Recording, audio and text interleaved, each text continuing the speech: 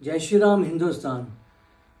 आज मनुष्य के कर्म क्षेत्र के अधिकार को लेकर गीता के अध्याय 2 श्लोक 47वां पर कुछ कहना चाहता हूँ। इसमें भगवान श्री कृष्ण कहते हैं, कर्मण्येवाधिकारस्त्य माँ फलेषु कदाचन माँ कर्म फले हेतुर्भू ते असंगतो अस्तव कर्मणि। इस श्लोक का पहला पहलू यह कहता है कि हमें कर्म करने का अधिकार है। कर्म फल पर हमारा कोई अधिकार नहीं है। वह आगे कहते हैं कि कर्म फल की इच्छा हमारे किसी भी कार्य के लिए प्रेरणा नहीं होनी चाहिए, और ये भी कहते हैं कि हमें अकर्म की ओर कभी भी नहीं झुकना चाहिए।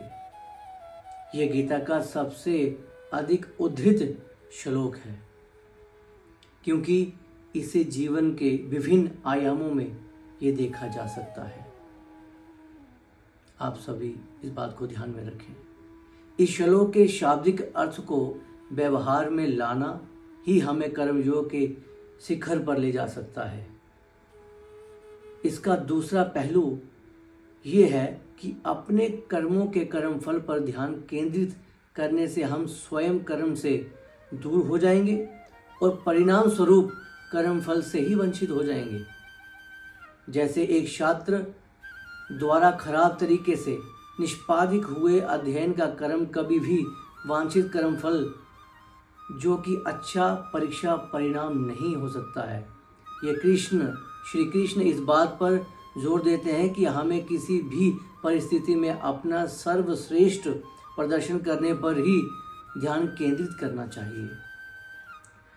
इस श्लोक का तीसरा पहलू ये है कि कर्म वर्तमान क्षण में होता है और कर्म फल हमेशा भविष्य में होता है, जो कई संभावनाओं का संयोजन है। श्री कृष्ण हमेशा वर्तमान क्षण में रहने की ही सलाह देते हैं, क्योंकि हमारे पास केवल वर्तमान पर ही नियंत्रण है, लेकिन भविष्य या अतीत पर कोई नियंत्रण नहीं है। अंत में भगवान श्री गौतम बुद्ध के शब्दों को बोलना चाहूँगा। उन्होंने कहा था कि जन्म मिलना भाग्य की बात है, मृत्यु समय की बात है, और मृत्यु के पश्चात भी आपको याद रखा जाए, यह कर्मों की बात है। आप सभी इस बात का अवश्य ध्यान रखें। धन्यवाद। जय श्री राम।